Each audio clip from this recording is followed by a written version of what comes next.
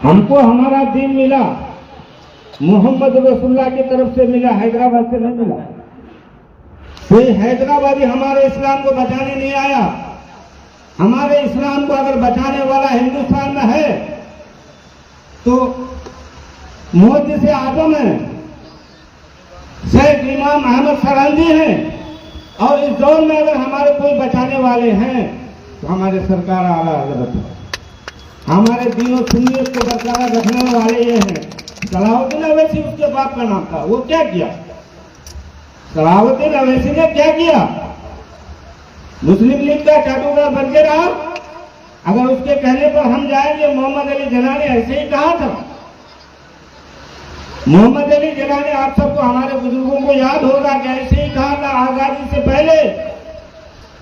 तो उसने पाकिस्तान ले लिया, हजारों लाखों मुसलमानों को मरवा दिया, जातिवाद फैला दिया।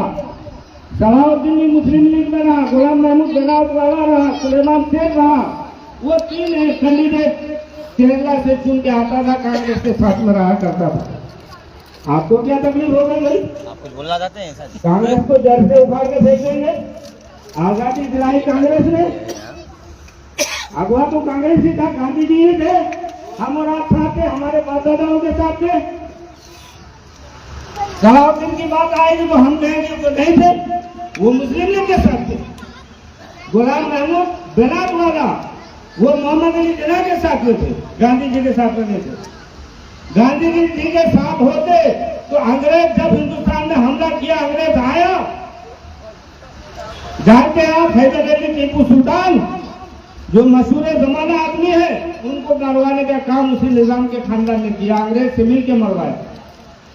मीर सादिक उनका साला था, रिश्तेदार था, मगर मीर सादिक के जरिए टीपू सुल्तान को अंग्रेज की गिरफ्त में डलवाया और उसके बाद में उनको शहीद किया गया।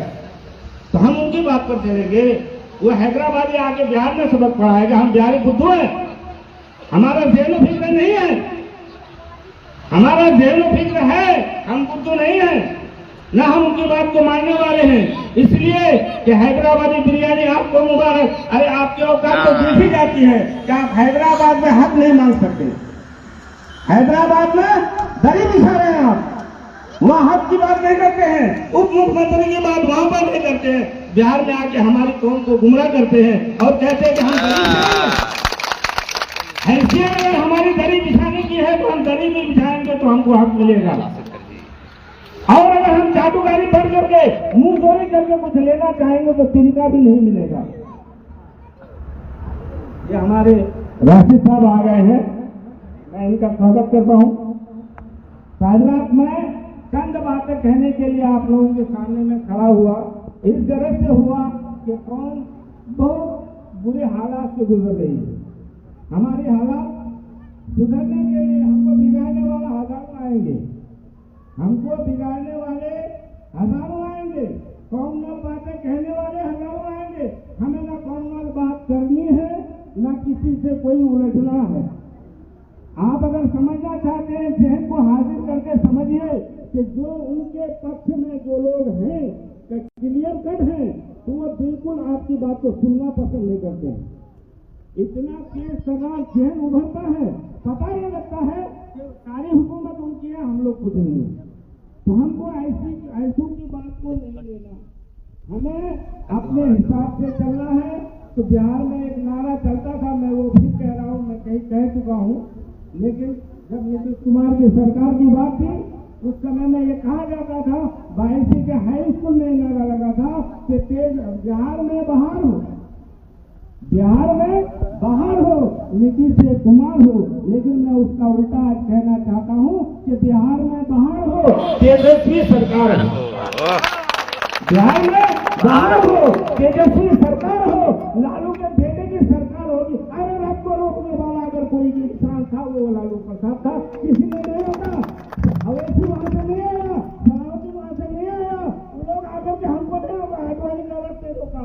अगर आडवाणी का अलग रोकने वाला कोई कैंडिडेट था वो लालू प्रसाद यादव। जिनने दिखाने का काम लालू यादव ने किया।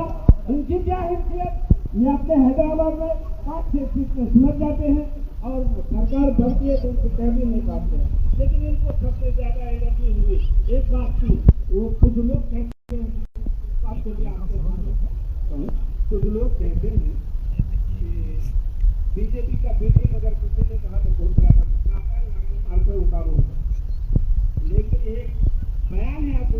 थोड़ी सी अकबरुद्दीन का एक बयान है, उन्होंने कहा कि मोदी से मिलके कांग्रेस का जनाजा हम उठाएंगे, हम उनका ताक़ुब करेंगे, हम उनके पीछे पीछे चलेंगे, हम उनको उखाड़ के देंगे।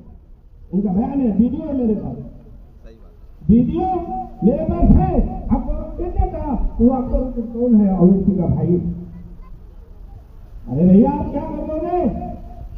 मोहम्मद अली जिलानी ने किया, करोड़ों मुसलमान मर गए पाकिस्तान में भी, हिंदुस्तान में भी लाखों हिंदू कर गए। क्या उनके बारे में आपने सोचा? हमारी इंसानियत पहले ये कहती है कि धर्म मानता है, मजहब मानता है, सबसे पहले अगर कुछ है तो वो इंसानियत, सबसे पहले कुछ है तो वो इंसानियत है। हम मानव कैसे पैदा होते हैं तो हिंदू या मुसलमान बनके पैदा नहीं होते। वो हमारे माँ बाप का हक बनता है कि हमें हिंदू बनाता है या हमें मुसलमान बना देता है। जिस मजहब में हम पैदा होते हैं उस मजहब के मुताबिक हमें चलना पड़ता है। तो हमारी इंसानियत को अगर वो छीनना चाहता है, अगर हमारी इंसानियत को वो नाकाम करना चाहता है तो उन्हें नाकाम बना दीजिए, नाकाम बना दीजिए, नाकाम बना दीजिए। हम अपनी कामयाबी के लिए हमें यह सोचना है कि हमें तेजस्वी की सरकार हमें बनाने की कोशिश करना। अरे भैया पिछले बार 5 सीट जिता के भेजिए, 5 आप ले लिए, 7 बीजेपी को दीजिए, तो आते नहीं। इंडिया गठबंधन में हुआ, लेकिन जीतने के बाद वो सरकार करने जा रही है ना, हमने भी वोट दिया क्या? अचानक हमने नहीं किया, हमने किया था दूसरे काम में, अपने सामने हमने वोट दिया। अरे हमारी ये पाकिस्तान को ले लो, लालू जी के बेटे का सरकार बन जाए, आराम से बनता। रहे भैया बनता कैसे? मुंह उठा के हम देंगे। 5 लिए, बाइक खड़ा दिए, 5 सीट लिए, बाइक खड़ा दिए, क्या फायदा किया? वो बाइक सीट किसको दिया आपने? आपकी वो देते ना हमारे। आज अगर कगवा थाना में, कगवा क्षेत्र में शकील साहब हार जाते हैं तो वो फायदा किसको होगा? बीजेपी होगा। आप लिख कर लीजिएगा, आप जीत जाइएगा, कसम खुदा कि आप जीत नहीं पाइएगा, कभी जीत नहीं पाइएगा। महबूब आलम को अगर हराने जाइएगा तो वहां भी बीजेपी की सीट निकलेगी, आपको वोट दे लेगा, क्योंकि आप भी बांट लीजिएगा, महबूब आलम भी ले लेगा। जीत दोनों में से एक भी नहीं पाएगा, बीजेपी की 100% जीत होगी। तो आप क्यों ऐसा करना चाहते हैं? मुसलमानों को वर्गला करके पार्टी पक्ष का नाम दे करके, कौन का नाम दे करके, नाम भी देखिए कितना बेहतरीन रखा है, मजलिस इत्तेहादुल मुस्लिमीन पार्टी करते हुए